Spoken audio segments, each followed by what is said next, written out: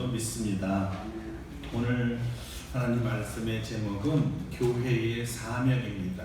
교회의 사명. 부활하신 예수님께서 하나님 나라에 가시면서 제자들에게 주신 사명이 사복음서에 공통적으로 기록되어 있습니다. 복음서의 절정이기 때문입니다. 예수님께서 이 땅에 오신 목적이요, 부활하신 목적입니다. 예수님의 강력한 바람이기도 합니다. 그 사명은 예수님께서 떠날 그 자리에서 예수님 대신에 예수님의 일을 대신 해달라는 것입니다. 그 일이 한마디로 말하면 전도입니다. 영혼을 구원하는 일입니다. 죄인을 구원하는 일이지요. 이 죄인 구원에 예수님의 이름부터 초점이 맞춰져 있습니다. 그의 이름을 예수로 하라. 이는 저의 백성의 죄를 구원하기 위함이라. 구원할 자. 예수라는 이름 자체가 죄인을 구원하는 구원자라는 뜻입니다. 십자가를 지신 것도 다 죄인을 구원하기 위함이었습니다. 바로 이 일이 주님께서 하신 일이고, 이 일을 예수님 대신에 제자들이 맡아달라는 것입니다. 예수님의 구원을 전하는 일을 전도라고 합니다. 죄인을 살리기 위해 예수님이 누구신가와 예수님의 십자가와 부활을 전하여서 예수님을 믿고 구원받으라고 말씀을 전해주는 것이 전도입니다. 이 전도야말로 주님께서 교회에게 주신 사명입니다. 아멘. 그러므로 아름답고 복된 교회에게 주신 사명은 바로 전도라고 말할 수가 있습니다. 그래서 복음서 기자들은 아멘 하면서 자기들만이 아니라 예수님을 믿고 구원받을 후대의 모든 그리스도인들에게 이 사명을 감당해야 한다고 성경에 기록한 것입니다. 주님께서 다시 오실 때까지 이 사명은 지속됩니다. 새하늘과 새 땅이 생기는 최후 심판의 그날까지 이 구원의 복음을 죄인들에게 전해야 할 사명을 교회가 받은 것입니다. 마태는 그의 마태복음에서 이 교회의 사명을 이렇게 전했습니다. 그러므로 너희는 가서 모든 족속으로 제자를 삼아 아버지와 아들과 성령의 이름으로 세례를 베풀고 내가 너희에게 분부한 모든 것을 가르쳐 지키게 하라. 볼지어다 내가 세상 끝날까지 너희와 항상 함께 있으리라 하시니라. 아멘. 그리고 마가는 그의 마가복음에서 다음과 같이 선포했습니다. 또 이르시되 너희는 온 천하에 다니며 만민에게 복음을 전파하라. 믿고 세례를 받은 사람은 구원을 받을 것이요 믿지 않는 사람은 정죄를 받으리라. 요한은 그의 아주 독특한 스타일로 요한복음에 이렇게 기록했습니다. 예수께서 또 이르시되 너희에게 평강이 있을지어다. 아버지께서 나를 보내신 것 같이 나도 너희를 보내노라. 이 말씀을 하시고 그들을 향하사 숨을 내쉬며 이르시되 성령을 받으라. 이 말씀을 하시고 그들을 향하사 숨을 내쉬며 이르시되 성령을 받으라고 하셨지요. 자, 그리고 누가는 누가복음과 사도행전에서 두 차례나 주님의 사명은 정확히 전도임을 강조하였습니다. 누가복음입니다. 또 이르시되 이같이 그리스도가 고난을 받고 제3일에 죽은 자 가운데서 살아날 것과 또 그의 이름으로 죄사함을 받게 하는 회개가 예루살렘에서 시작하여 모든 족속에게 전파될 것이 기록되었으니 너희는 이 모든 일의 증인이다. 그리고 사도행전 1장입니다. 오늘 본문 말씀이지요. 오직 성령이 너희에게 임하시면 너희가 권능을 받고 예루살렘과 온 유대와 사마리아와 땅끝까지 이르러 내 증인이 되리라 하시니라. 할렐루야. 아멘. 사복음서 모두가 예수님의 죽으심과 다시 사신 부활의 증인이 되는 것이라고, 이것이 바로 교회의 사명이라고 밝혔습니다. 죄를 회개하고 예수를 믿으면 죄사함 받음의 증인이 된다는 것입니다. 다른 복음서 기자들이 전도에 대해 사명을 기록한 것과는 너무 독특하게 누가는 누가복음과 사도행전에서 우리가 지금 읽은 것처럼 예수님의 증인이 되라라는 말로 전도하라는 말을 표현했습니다. 다시 말해서 교회의 사명은 전도요. 전도란 무엇이냐? 예수님의 증인이 되는 것이다. 이렇게 누가는 증언했던 것입니다. 증인이란 자기가 보고 들은 것에 대해서 목숨을 걸고 옳다고 증언하는 사람을 말합니다. 다시 말하면 예수님의 증인이 된다는 것은 예수님의 십자가와 부활이 정말 옳다고, 내가 보았다고, 내가 들었다고, 이것이 진리다고 증언하는 것을 말하는 것이죠. 이것이 진리요 명백한 사실이기 때문에 생명을 걸고 내가 이 말이 진실하다 증언할 수 있다라고 말하는 사람이 증인이 되는 것입니다. 또한 이 예수님을 믿으면 죄사함 받고 구원을 얻는 일도 진리요 사실이기 때문에 내가 목숨을 걸고 증인이 된다는 뜻입니다. 여러분, 교회가 이 세상에 존재하는 이유가 뭘까요? 다른 말로 표현하면 왜 예수님은 교회를 만들었습니까? 또 예수님은 교회를 세우시고 오순절에 왜 성령의 권능을 부어주셨을까요? 바로 주님께서 피로 값주고 사신 이 교회 위에 주신 이 사명, 전도의 사명을 감당하기 위해서였습니다. 죄인을 구원하는 일입니다. 이 사명을 감당하지 않는 교회는 사명을 잃어버린 교회입니다. 소아시아의 4대 교회처럼 살아있다나 실상은 죽은 교회입니다.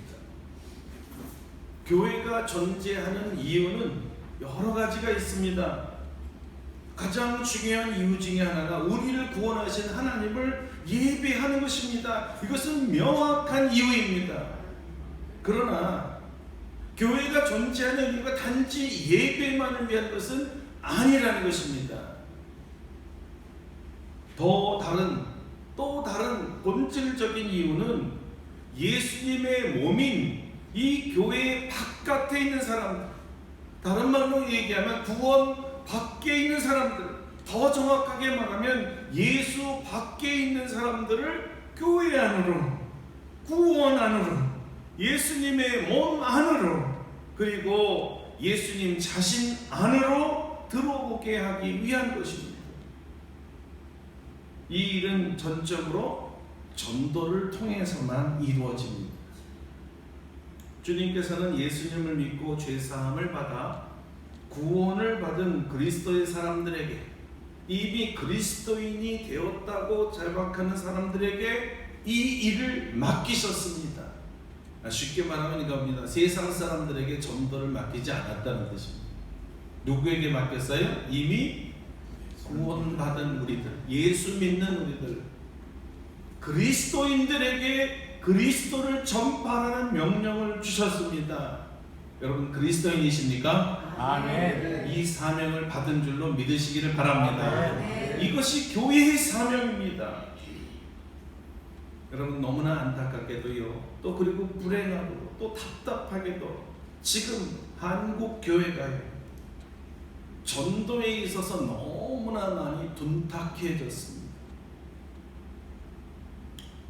얼마 전까지만 해도 해외 선교사 파송 세계 1위를 자랑했던 우리나라였고요.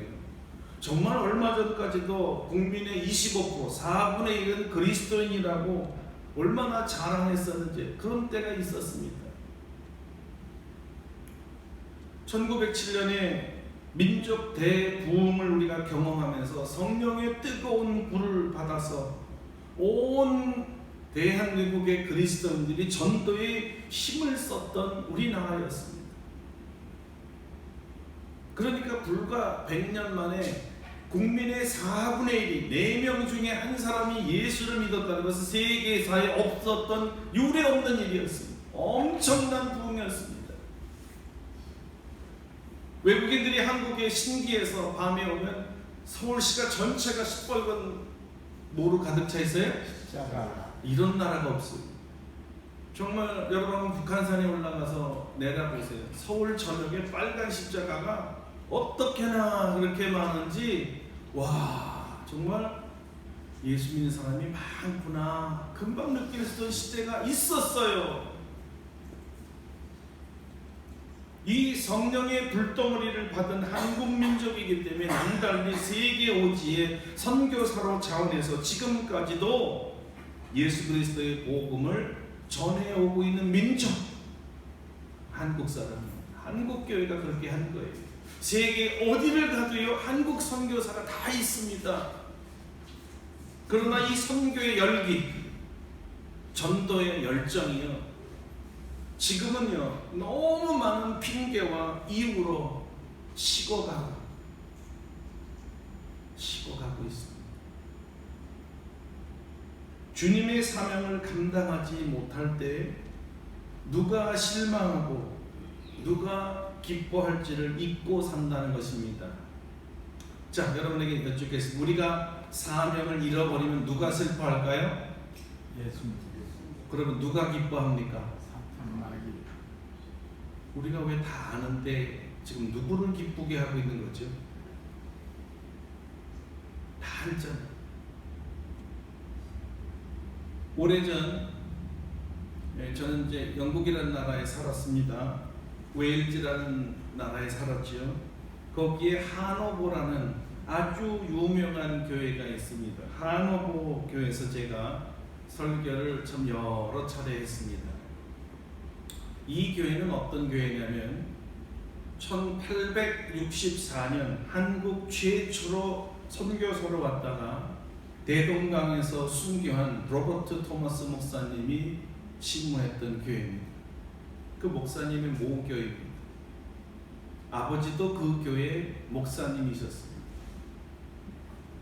아버지를 이어서 24살에 목사 안수를 받고 런던 미션이죠. 런던 선교회에서 파송을 받아 중국으로 선교사를 갔는데, 중국에서 한국의 소식을 듣고 한국의 복음을 전하고자 하는 마음이 불같이 생겨서 중국에서 한국말을 배우고 한국말을 유창하게 하고 온 사람이 바로 로버트 토마스 목사예요. 26살이었습니다. 한국말을 2년 만에 띄었다는 거예요. 물론 선교사들의 도움이 많았습니다. 한국 사람들의 도움이 많았지요.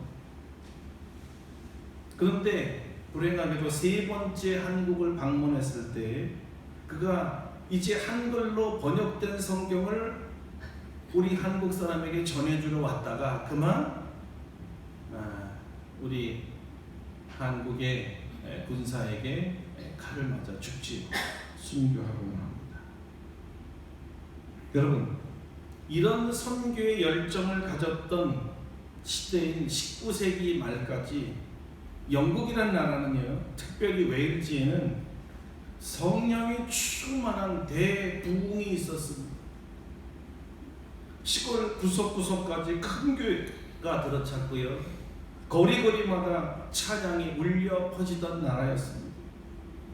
제가 이것에 대해서 좀 연구 좀 해봤는데 1900년에는 영국의 국민의 98%가 그리스도인이었습니다. 정말 명실공히 세계 최강의 기독교 국가, 개신교 국가로서 이렇게 전 국민이 예수를 믿는 나라가 된 것은 정말 드문 일이었습니다. 전 세계의 자랑이었습니다.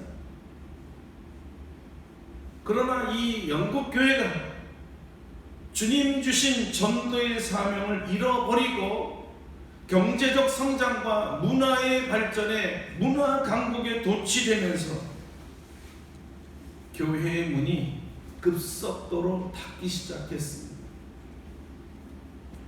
여러분, 지금은 어떨까요?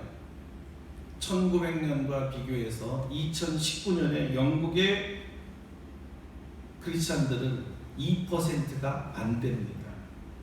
1점 몇 프로에 2%도 안 됩니다. 98%에서 2%로 완전히 뒤집어졌어요. 그 뜻은 기독교인들이 다 세상으로 나갔다는 뜻이고, 상대적으로 이슬람교는 11%, 기독교 국가에서 기독교인 2%, 무슬림이 11%. 상상이 됩니까? 영국 시장이 무슬림입니다. 상상도 못한 일입니다. 초등학교에서 예수 얘기 못합니다. 예수 얘기하면 잘립니다. 종교는 절대 교육에 들어오면 안 된다고 분리를 시켜버렸어요. 교회가 다 문을 닫아 없어졌습니다. 왜 그랬을까요? 왜 그렇게 세계 최강의 나라가 이렇게 형편없는 나라가 됐을까요? 많은 이유가 있겠지만 가장 큰 원인은 교회의 사명을 잃어버렸기 때문입니다. 교회가 존재할 이유가 없어지니 하나님이 문을 닫으시는 거예요. 전도하지 않는 교회는 문을 닫습니다. 주님의 사명을 잃어버린 교회는 주님에게는 짠기를 잃은 소금과 같고, 기름이 바닥나 빛을 발하지 못하는 그냥 등잔과 같기 때문에 아무 쓸모없는 무용지물이 되는 것입니다. 그러니까 교회가 문을 닫을 수밖에 없는 이유, 교회의 사명인 전도를 하지 않을 때입니다. 자, 여러분, 같은 이유로요, 한국교회도 문을 닫기 시작했습니다. 자, 혹자에 의하면 매년 3,000개의 교회가 문을 닫는다고 하죠. 부끄럽고 창피한 일은 기독교 신문이나 인터넷 사이트에서 교회 매매에 대한 광고가 수천 건이 나온다는 사실입니다. 하나님의 은혜로 세운 교회를 지금 돈 주고 사는 매매로 교회가 전락하고 있는 모습을 느낄 수 있습니까? 하나님의 교회는 주님께서 피로 값주고 산 주님의 교회인데 사람들이 금전으로 팔고 사는 이런 시대가 되어버렸어요. 교회의 타락이지요. 이게 대한민국 교회의 현실입니다. 각 교단의 신학교에서요, 한 해에 수백 명의 신학생들을 배출하고 목사 안수를 줍니다. 우리 교단만 해도 매해 600에서 700명의 목사가 여전히 나옵니다. 이번 8월에 목사고시 합격 아마 발표가 났을 텐데 거의 600~700명이에요. 그런데 문제는 이들이 사역할 교회가 없다는 것입니다. 교회는 계속 문을 닫아가고 목사들을 배출하는 각 교단의 목사들은 수백 명씩 나오는데 교회가 없어요. 사역할 교회가 없습니다. 예전에 교회 학교를 섬기던 많은 교회들이 아동들이 오지 않으니까 자연스럽게 교육전도사들은 갈 데가 더더욱 없어지는 시대에 살고 있습니다. 취업 전쟁은 사회보다 더 심각하다 말할 수가 있겠습니다. 그런데 문제는 그럼에도 불구하고 교회를 개척하고 싶어하는 사람은 드물다는 겁니다. 요즘 경제가 최고 가치로 떠오르는 이 시대에는 상대적으로 재정적 빈곤에 처한 개척교회는 부담이 크고, 자녀 교육에 민감한 부모들은 시스템이 잘 갖춰진 대형 교회를 선호하기 때문입니다. 설상가상으로 이런 현실에 민감한 교단이 교회 개척 지원을 꺼려한다는 사실입니다. 왜 그럴까요? 교회 개척 후원금으로 노회에서 보조를 받고 상환하지 않는 교회가 너무나 많았기 때문에 강제적으로 뺏을 수 있는 법이 되어 있지를 않아 노회로서는 노회 자산이 순수 손해를 보는 상태고, 이것을 빌려준 부장들이나 노회원들이 모든 노회원들로부터 질타를 받기 시작합니다. 그래서 더 이상 개척을 원하지를 않아요. 지원이 없어요. 그 대신에 뭐가 늘어난 줄 아십니까? 목사, 장로, 해외 연수, 단기 선교, 외국 방문. 그런데 그때 쓰는 돈은 수천만 원씩 씁니다. 전부 비행기를 타야 돼요. 그런데 하나도 아깝지 않다. 하나도 이것 가지고 불평하는 사람은 없다는 것입니다. 여러분, 이게 한국 교계의 현실입니다. 한국 교회가 전반적으로 주님의 사명을 외면하고 있습니다. 주님께 얼굴을 돌리고 그 대신에 성도들 간의 친교와 교육의 열을 뿜고 있지요. 친교비는 전혀 아깝지가 않습니다. 자꾸 늘어나죠. 그러나 선교비, 우리 예산으로 안 되는데, 선교 얘기 나오는 걸 제일 싫어합니다. 적나라하게 말하면 먹고 노는 데 쓰는 교회 재정은 별로 아깝지가 않은데, 선교 전도하자 그러면 머리를 절레절레 흔드는 거예요. 관심이 없다는 말이죠. 전혀 전도는 내 일이 아니기 때문입니다. 나와는 아무 상관이 없다는 생각이지요. 이 현상이 교회의 문을 닫게 하는 전조입니다. 교회가 없어지면 누가 구원의 복음을 전할까요? 듣지 못한 복음을 어떻게 믿겠습니까? 우리의 모습을 마치 두 눈으로 본 듯이 사도 바울은 아름답고 복된 소식을 전해야 한다고 역설했었지요. 로마서입니다. 그런데 그들이 믿지 아니하는 일을 어찌 부르리요? 듣지도 못한 일을 어찌 믿으리요? 전파하는 자가 없이 어찌 들으리요? 보내심을 받지 아니했으면 어찌 전파하리요? 기록된 바 아름답도다 좋은 소식을 전하는 자들의 발휘여함과 같으니라. 그리고 엄청나게 충격적인 말로 마쳤습니다. 그러므로 믿음은 들음에서 나며 들음은 그리스도의 말씀으로 말미암았느니라. 역으로 말하면 누가 그리스도의 말씀을 전해주지 않아서 듣지 못했고 듣지 못했기 때문에 믿지 못했다는 것이지요. 그렇다면 이 책임이 듣지 못한 사람에게 있을까요? 아니면 전하지 않는 자에게 있을까요? 하나님이 아시겠죠? 너무 고맙게도 이 질문에 대한 답을 우리가 요즘 묵상하는 에스겔에서 제공하고 있습니다. 자, 하나님의 답변을 들어보시길 바랍니다. 그들은 심히 패역한 자라. 그들이 듣든지 아니 듣든지 너는 내 말로 고할지니라. 그리고 에스겔 3장 17절에서 이런 말씀을 하셨습니다. 인자야, 내가 너를 이스라엘 족속의 파수꾼으로 세웠으니 너는 내 입의 말을 듣고 나를 대신하여 그들을 깨우치라. 가령 내가 악인에게 말하기를 너는 꼭 죽으리라 할 때에 내가 깨우치지 아니하거나 말로 악인에게 일러서 그의 악한 길을 떠나 생명을 구원하게 하지 아니하면 그 악인은 그의 죄악 중에서 죽으려니와 내가 그의 핏값을 내 손에서 찾을 것이고 내가 악인을 깨우치되 그가 그의 악한 마음과 악한 행위에서 돌이키지 아니하면 그는 그의 죄악 중에서 죽으려니와 너는 내 생명을 보존하리라. 또 의인이 그의 공의에서 돌이켜 악을 행할 때에는 이미 행한 그의 공의는 기억할 바가 아니라 내가 그 앞에 거치는 것을 두면 그는 그가 죽을지니 이는 네가 그를 깨우치지 않음이니라.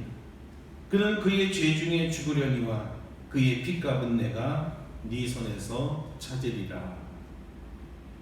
그럼 길게 읽었지만 짧게 말하면 이런 겁니다. 무조건 전도해야 됩니다. 전해야 합니다. 듣든지 아니 듣든지 상황이 좋든지 안 좋든지 말입니다.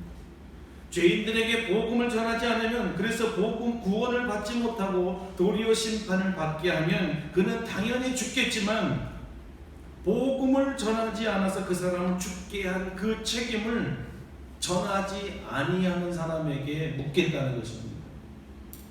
그래서 전도해야 합니다. 우리가 살아야 합니다. 교회의 문을 닫는 것이 아니라 또 열고 또 열고 주님 오실 때까지 계속 전도하고 계속 개척해야 합니다. 아멘. 이것이 교회의 사명입니다. 아멘.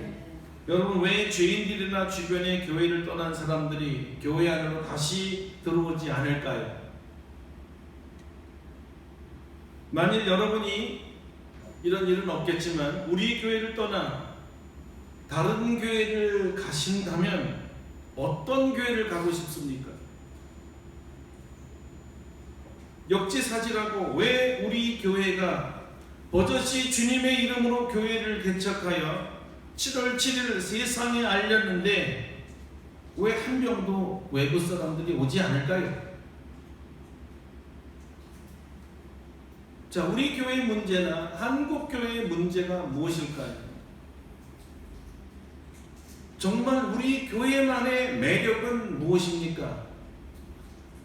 다른 어떤 한국 교회에는 없는 우리 교회만 있는 아주 독특한 매력. 사랑이 풍부하다. 할렐루야. 넘친다.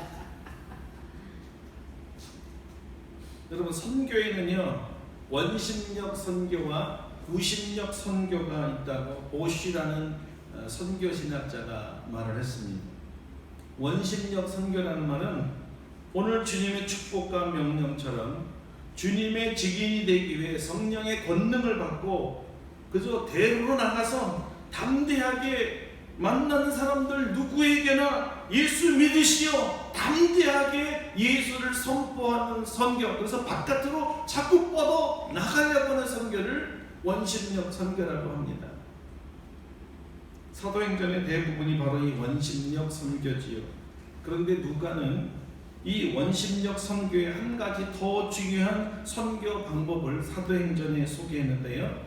그게 바로 구심력 선교입니다. 안으로 들어오게 하는 매력이죠. 그래서 이 선교를 두 날개라고 하면서 양날개라고 하면서 원심력 선교와 구심력 선교가 갖춰져야 된다는 겁니다. 성령의 권능과 은사와 강권적인 역사와 기적으로 예수님께서 주님이시며 구원자이심을 증거하는 선교가 원심력 선교라면 성도들의 변화된 삶을 보고 야, 저 사람 어떻게 저렇게 아름답게 변할 수가 있지? 우리 성도들 여러분 한 사람 한 사람을 통해 세상 사람들이 이웃들이 도전을 받고 야, 저 사람은 절대 변화될 수 없는 사람이라고 알고 있는데 어떻게 변했지에 감동이 되어서 저런 사람을 변화시킨 사람이 예수라면 나도 그 예수를 믿어야 되겠다고 해서 믿게 하는 선교를 구심력 선교라고 말하는 것입니다. 우리끼리 얘기하면 매력을 발산해서 그 매력에 끌려 교회 안으로 예수님 안으로 들어오게 하는 방법입니다. 이런 매력 덩어리들이 모인 교회라면 나도 그 교회에 가고 싶다는 것이죠. 그 매력 덩어리 공동체가 사도행전에 소개되고 있습니다. 사도행전에서 말한 사람을 모이게 한 그 매력은 무엇이었을까요? 그들이 사도의 가르침을 받아 서로 교제하고 떡을 떼며 오로지 기도하기를 힘씁니다. 사람마다 두려워하는데 사도들로 말미암아 기사와 표적이 많이 나타나니 믿는 사람이 다 함께 있어 모든 물건을 서로 통용하고 또 재산과 소유를 팔아 각 사람의 필요를 따라 나눠주며 날마다 마음을 같이하여 성전에 모이기를 힘쓰고 집에서 떡을 떼며 기쁨과 순전한 마음으로 음식을 먹고 하나님을 찬미하며 또 온 백성에게 칭찬을 받으니 주께서 구원받는 사람을 날마다 더하게 하시니라. 아멘. 할렐루야. 아멘. 이게 매력덩어리 교회의 모델, 샘플이에요.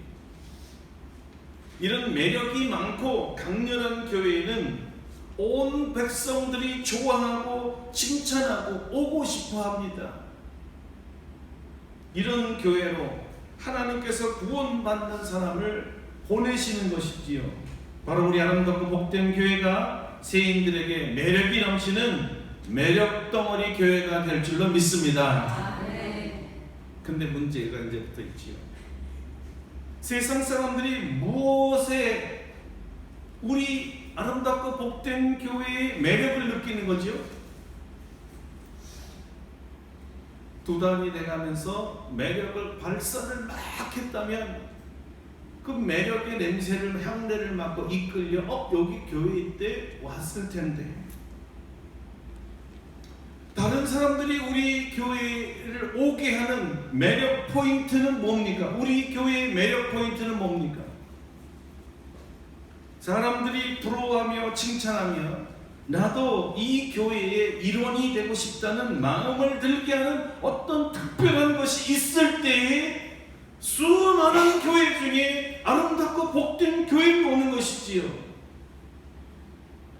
우리만 가지고 있는 이 매력이 다른 교회에서는 줄 수 없는 특별하고 독특한 우리 교회만의 매력이라면 사람들이 올 것이고, 아무 특징도 없고 매력도 없다면 사람들이 관심도 없고 듣고 싶어도 하지 않냐고 굳이 우리 교회를 와야 될 이유가 없다는 거죠. 좋은 교회가 많은데 왜 당신네들 교회 내가 가야 됩니까?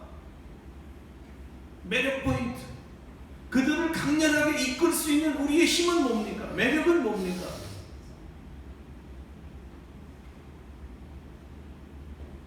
성도 여러분, 세인이나 이미 믿었다가 주님을 한번 떠난 잃어버린 양들이 다시 자신들이 섬길 새 교회를 찾아온다면 어떤 교회를 찾을까요?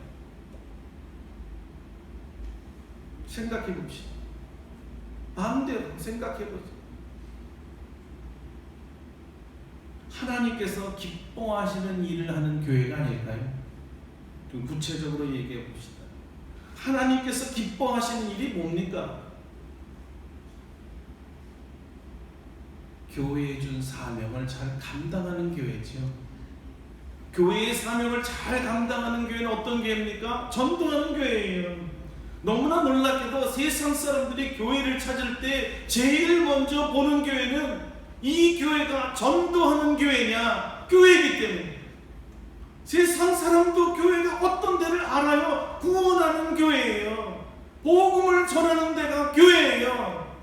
교회에 와서 사업하려고 그런 거 아니에요. 세상에서 지치고 낭망하고 괴로워서 예수 믿으면 구원받는다는 소식을 들었기 때문에 바로 선교, 전도하는 교회가 세상 사람에게도 매력 포인트라 이 말입니다. 선교하는 교회로 오고 싶은 겁니다. 전도하는 교회로 오고 싶은 거예요. 왜요? 선교하고 전도하는 교회만이 살아있는 교회이기 때문이요. 생동하는 교회요. 하나님을 기쁘시게 하는 교회라는 것을 예수 믿지 않는 사람도 잘 아니까요. 자, 그렇다면 우리 교회가 문자 그대로 이 부흥을 해서, 여러분 부흥을 해서 꽉 차고 모자라서 2부 예배 곧 드리고 2부 예배 모자라니까 3부 예배 드리고, 야 안되겠다 청년들은 다시 오후로 가자 4부 예배 생기고, 요 조그만 공간에 사람이 많이 와요. 야 저녁 예배 부활하자, 저녁에만 특별히 예배 드릴 수 있는 사람을 모으자. 작은 공간을 가지고도요 5-6번 여기서 예배 드릴 수 있습니다. 이렇게 오게 하려면 청년들이 오게 하고 중고등학생들이 오고 우리 영아부 유아부가 다시 생겨서 엄마들 아이들이 오게 하려면 어떻게 해야 되죠? 답이 나왔지요. 선교해야 합니다. 선교하는 교회, 전도의 힘을 다하는 교회가 될 때 세상 사람이 관심을 갖고, 전도를 통해서 저 교회가 조그만 교회였는데 자꾸 사람들이 모여서 커진데 입소문이 나야 사람들이 여긴 살아있구나. 그때 관심을 갖고 나도 오고 싶은 마음이 생기는 것이죠. 자, 우리 교회는 앞으로 큰 비전을 갖고 5대함 6대주로 선교하는 교회가 될 줄로 믿습니다. 아멘. 그리고 이 아름답고 복된 교회 휘경동에 남녀노소, 그리고 여러분들도 아시겠지만 휘경역에서 건널목을 건너는 사람들이 정말 수만이라는 것을 보게 돼요. 너무 젊은 사람들이 이렇게 많은 줄 몰랐어요. 그 중에 외국인들이 왜 이렇게 눈에 많이 띕니까? 정말 아무 데서나 요즘에 외국인들을 볼 수 있지요. 그래서 유색인 어떤 사람이든지 남녀노소 나이와 불구하고 예수 그리스도를 믿지 아니하는 사람에게는 모두가 선교의 대상이 되어서 선교하는 교회 되기를 축원합니다. 아멘. 여러분 세계 여러 군데 지금 선교로 나가실 수 있겠어요? 여러분이 친히 못 가시면 저라도 좀 교회 이름으로 대표로 좀 보내주세요. 온 세계의 다양한 민족에게 복음을 전할 수 있도록 교회 이름으로 저를 보내주세요. 또 재정도 지원해 주시고 기도해 주시고 선교의 다양한 방법으로 동참하셔서 하나님의 사명, 어떻게 하든지 무슨 방법을 쓰든지 우리는 사명을 감당하는 교회가 되기를 원합니다. 이럴 때 하나님께서 우리 교회를 축복하시고 부흥시켜 주시겠지요. 아멘. 그렇게 도와주시지 않겠습니까? 우리 다 같이 주님께서 아름답고 복된 교회 주신 사명인 아름답고 복된 소식을 온 세상에 전하는 그러한 선교 교회로 만들어 가시지 않겠습니까? 원하지 않으세요? 원하십니까? 아멘. 원하지 않습니까? 소술에도 단결만 하면 어마어마한 에너지가 나옵니다. 제가 믿기에는 전도하기로 선교하기로 순종하는 제자와 교회 위에는 반드시 주님께서 약속하신 성령을 보내주시고 권능을 부어 주실 것입니다. 아멘. 그래야 주님의 증인이 될 수 있거든요. 성령의 권능을 받고 주님의 증인이 되어 주님 주신 교회의 사명을 감당하는 아름답고 복된 교회 되시기를 주님의 이름으로 축원합니다. 아멘. 우리 오늘은 다 같이 통성으로 기도하실 때요, 우리 교회에 주신 사명, 전도와 선교를 내가 감당하겠습니다. 기도로 감당하든 재정으로 감당하든 선교사를 파송하든 복음을 전하는 복음 전도자를 돕건 어떤 형태로든지 내가 도와서 사명 감당하겠습니다. 다 같이 통성으로 기도하시기 바랍니다. 기도합시다. 할렐루야. 주님 감사하고 감사합니다. 우리 교회를 사랑하셔서 아름답고 복된 이 소식을 전하는 아름답고 복된 교회라고 이름을 주셨습니다.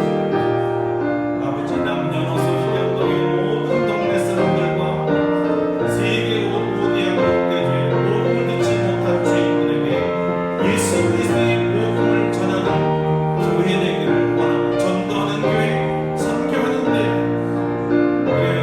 모든 사람에게 매력을 주고 선교의 향기가 온 동네의 온누리에 퍼지며 하나님이 기뻐하시는 교회가 되기를 원합니다. 이곳에 하나님이 예정하신 남녀노소의 모든 해외의 다양한 국적의 사람들이 모여 하나님을 예배하며 선교하는 교회로 변화시켜 주시옵소서. 감사드리고 예수님의 이름으로 기도드립니다. 아멘. 찬송가 497장하고 준비하신 예물